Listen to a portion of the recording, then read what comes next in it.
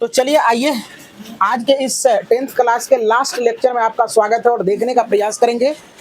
ये chapter number आपका जो है ना 1 चल रहा था, रासायनिक अभिक्रिया एवं समीकरण। क्या इस चैप्टर का ये लास्ट आपका ये वीडियो है और इसके बाद आप देखेंगे कि ऑब्जेक्टिव सेशन चलेगा, इसके बाद ये खत्म हो जाएगा, इसके बाद आपका टेस्ट हो जाएगा। तो चलिए पहले हम लोग समझने का प्रयास करते हैं कि संतुलित रासायनिक समीकरण क्या होता है। तो संतुलित, तराजू देखा है ना? तराजू देखा है तो लोग संतुलन क्या कहता है, लोग संतुलन खो दिया, संतुलन बिगड़ गया, इसलिए बच्चा एक्सीडेंट हो गया, कहता है ना। संतुलन का मतलब होता है दोनों पलड़ा बराबर, दोनों पलड़ा बराबर। तूला देखा ना, जिसको तराजू कहते हो, तो वही हो गया। तब उसी के माध्यम से इसको समझना है। कहता है जब रासायनिक समीकरण के अभिकारकों और प्रतिफलों के प्रत्येक तत्वों के परमाणुओं की संख्या क्या हो, बराबर हो, तो उसे रासायनिक संतुलित रासायनिक समीकरण कहते हैं।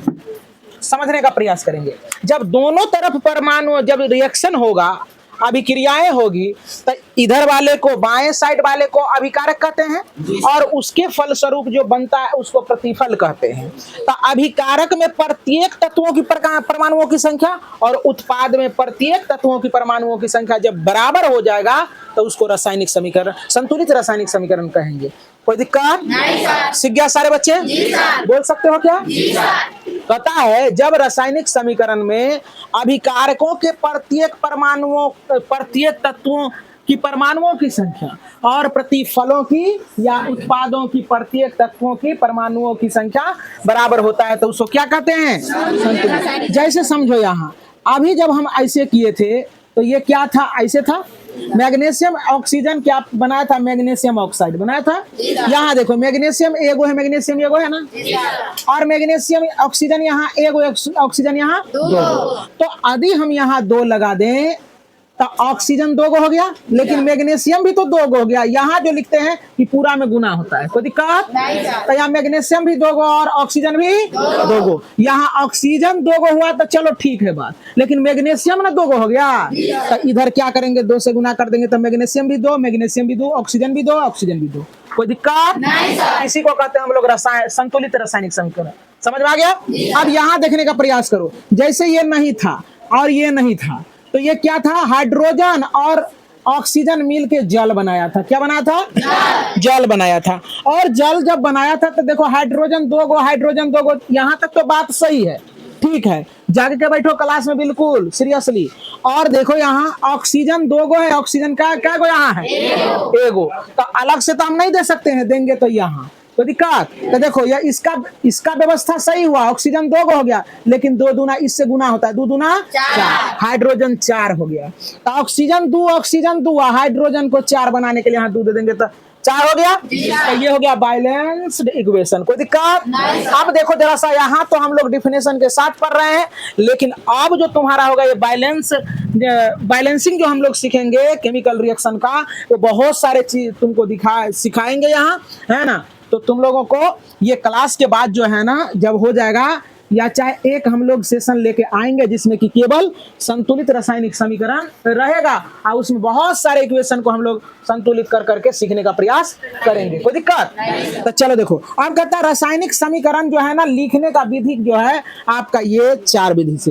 एक तो है अनुमान विधि, जैसे अभी ये अनुमान के तौर पर हम लोग क्या किए, इसको क्या किए, संतुलित किए। अब कहता है आंशिक समीकरण विधि, ऑक्सीकरण संख्या की विधि, है ना, आयन इलेक्ट्रॉन की विधि द्वारा। तो चलो देखो, हम लोगों को ज्यादातर अभी छोटे क्लास में है तो हम लोग अनुमान विधि से हम लोग क्या करेंगे, इसको संतुलित करेंगे। तो चलो यहाँ असंतुलित रासायनिक समीकरण क्या होता है, कहता उसी का विपरीत होता है वैसा रासायनिक समीकरण जिसके अभिकारकों और उत्पादों के प्रत्येक तत्वों की परमाणुओं की संख्या क्या बराबर ना हो, बराबर ना हो, उसे असंतुलित रासायनिक समीकरण कहते हैं। जैसे यहाँ देखो हाइड्रोजन और क्लोरीन है, हाइड्रोजन क्लोराइड बना लिया।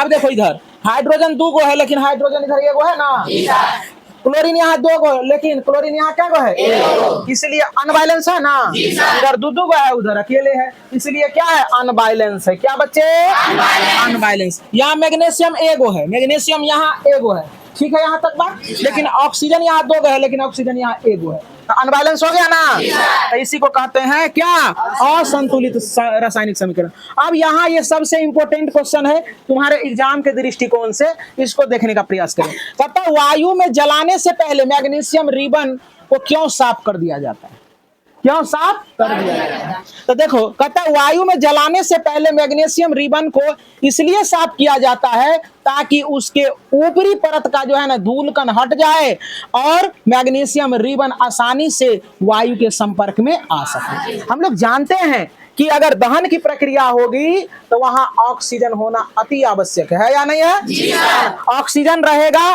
तभी दहन की प्रक्रिया संभव है, और नहीं तो नहीं संभव है। इसीलिए क्या है कि मैग्नीशियम रिबन को जब हम लोग साफ कर देते हैं, ये रिबन टाइप का बनाए हैं, तो वह क्या हो जाता है, उस पर से धूलकण हट जाता है और ऑक्सीजन के संपर्क में प्रत्यक्ष रूप से वह आता है, और जब ऑक्सीजन के संपर्क में आएगा तो स्वतः सी बात है कि उसमें आग बढ़िया से लग पाएगा, है ना। तो समझ में आ गया, ये सब चीजों को रट्टा नहीं मारना है। पूछेगा कि मैग्नीशियम रिबन को क्यों साफ किया जाता है जलाने से पहले, तो कहेंगे मैग्नीशियम रिबन को जलाने से पहले इसलिए साफ किया जाता है क्योंकि उस पर उपस्थित धूलकण हट जाए, और धूलकण हटने के बाद वह ऑक्सीजन के संपर्क में आसानी से आ सके, जिस कारण से उसमें आसानी से आग पकड़ सके। इसलिए मैग्नीशियम रिबन को क्या किया जाता है, साफ किया जाता है। गॉट इट ना? तो चलिए आज का ये सेशन होता है यही खत्म, और ये चैप्टर का भी हुआ अंत। अब हम लोग ऑब्जेक्टिव सेशन लेकर आएंगे,